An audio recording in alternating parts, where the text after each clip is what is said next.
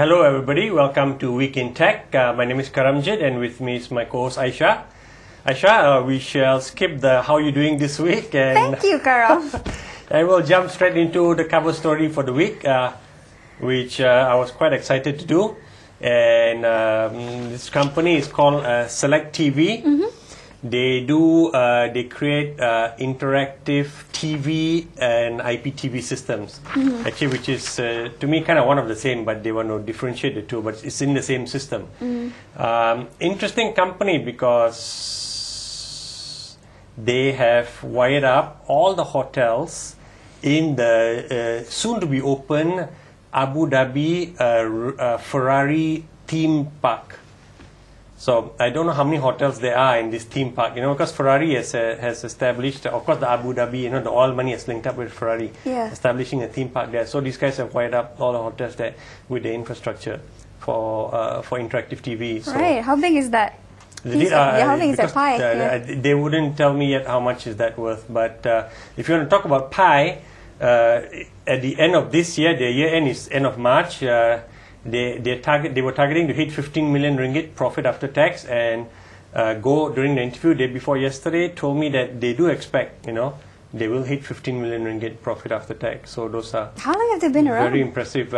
Started out in end 2005. Okay, this is the interesting story because besides the numbers, the story of Select TV was interesting because you're an entrepreneur. He started out in Accenture, in Anderson Consulting before it became Accenture. Worked there for 4.5 years, then came out and started out a business with some of his friends, and they became networking consultants. And this was in year 2000, and of course Putrajaya was just coming up and buildings were being built. Somehow these guys developed a name for themselves. As pretty good networking consultant. So they got a lot. He claims that they wired up 70% of the buildings there in terms of the networking dimensions. It comes from them. So aside from that, one of their clients then was the then KLCC Hospital, which is now Prince Court Hospital. Prince Court, yeah. So they wanted to come up. Of course, you're going to be high in hospital. You need to get networked properly. These guys went in to do the job, and then the hospital asked them, "Hey, could you look into this thing called interactive TV?" And then at around that time, actually, Go and his team were deciding to move away from doing government-based projects. They would either get them direct, or of course get them, 2 tiers down, right? The main con wins in, and then subcons to somebody else. So they wanted to move away from that. And they thought somehow interactive TV would be an interesting business, new business, emerging business to go into. And Go also made the interesting observation that when they were doing this networking dimension business, or whether you want to call it networking dimension or planning the network architecture, right? They worked with a lot of the local large software companies, and they found that most of them were very project based. And it was interesting because he kind of synthesized what project-based work is. Then you're jumping from one client to another and doing bits and pieces for them. But in the end, it's short-term and you're not building a product. He said they're very short-term based, and if you want to build a product, it's a commitment that this product will have a future market, right? And also that if your bet is right, you're going to have a sustainable business built around this product. So he said they wanted to be a product company, and which is why then they decided to said, hey, IPTV could be interesting. In the end, their bet turned out to be right.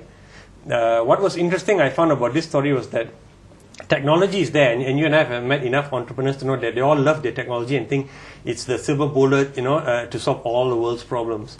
Social, political, emotional, environmental, right? So, and probably one other category I haven't thought of, green energy problems too. Yeah. But these guys, they looked at the technology, but then they were able to take a step back, as they were developing and saying, what else can we do to make it a more compelling, sell, to our clients?